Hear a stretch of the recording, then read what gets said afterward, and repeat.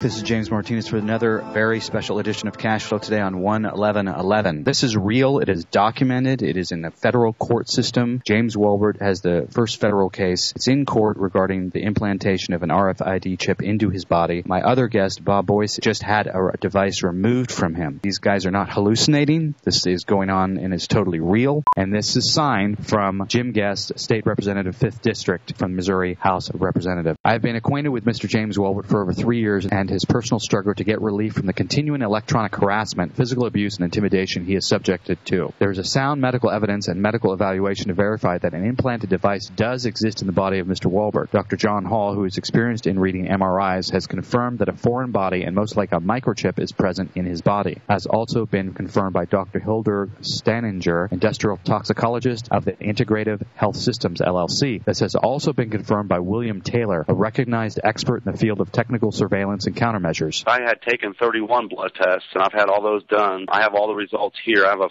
450-page report. Basically substantiates what I'm saying. 5? There's 5 of them in there? Wow. So you've seen the pictures, you've seen the test results, right? This person placed these in my ears. All these implants are from my neck up.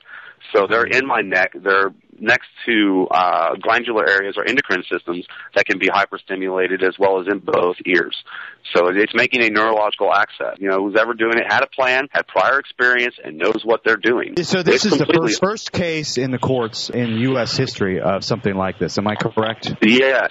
Nobody has ever been able to substantiate and prove electronic stalking or electronic harassment. You know, a lot of folks out there, this may have happened to them. They may be targeted individuals, but they don't have all the backing, all of the toxicological evaluations, all the hematological reports. Having nervous system stimulations and like neural disruptions, I shake really bad. It'll heat up, it'll blister. At least I don't see anything that's comparable to other victims, you know, daily, 24 hours a day, 7 days a week. It doesn't stop. Being stalked on my job, I lost my job because I was being stalked. When I woke up, I had blood all in my mouth. It was all down in my ears. It was a sloppy job, whoever did it. Call and make up lies. They will propagate situations that aren't real. They will take measures that are indicative to like gaslighting or gang stalking.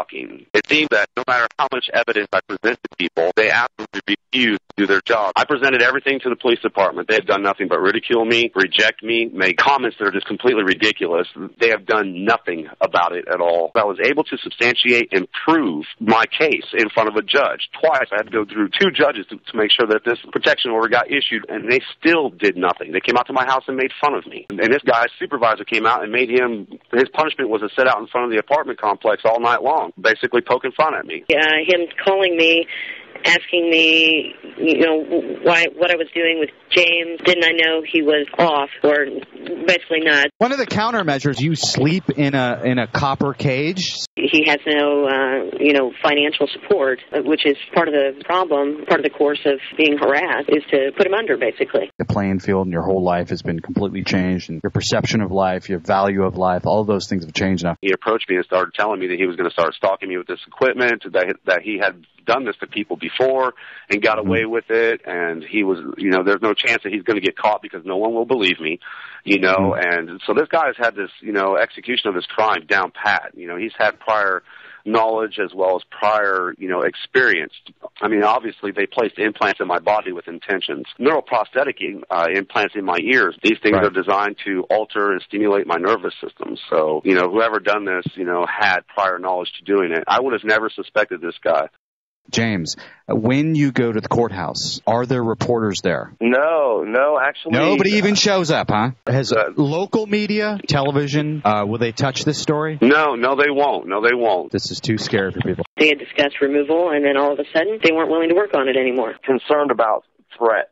Very fearful to get involved for fear that they would shut down his facility or they would have some type of financial backlash. I handed him the x-rays, and he looked at it, and then he handed them back and told me point blank, that's a government chip. I will not take it out, and I don't think you'll find another doctor in the U.S. that will take it out. With my case being posted, we have now experienced 20 states that have passed these laws. 17 of them have been emergency laws. And several investigators I spoke with feel that these people are now making moves at the legislative level to protect themselves. Are there are a lot more victims out there that actually don't know that they're victims. Why did they pass these laws and under emergency conditions? And these laws, and so fast, and nobody heard anything about it. We can pass all these laws, and we can do them real fast in front of you, but the fact that you need a doctor to help you, that's not an emergency. And, I don't even want to do anything. I don't want to get anyone near that.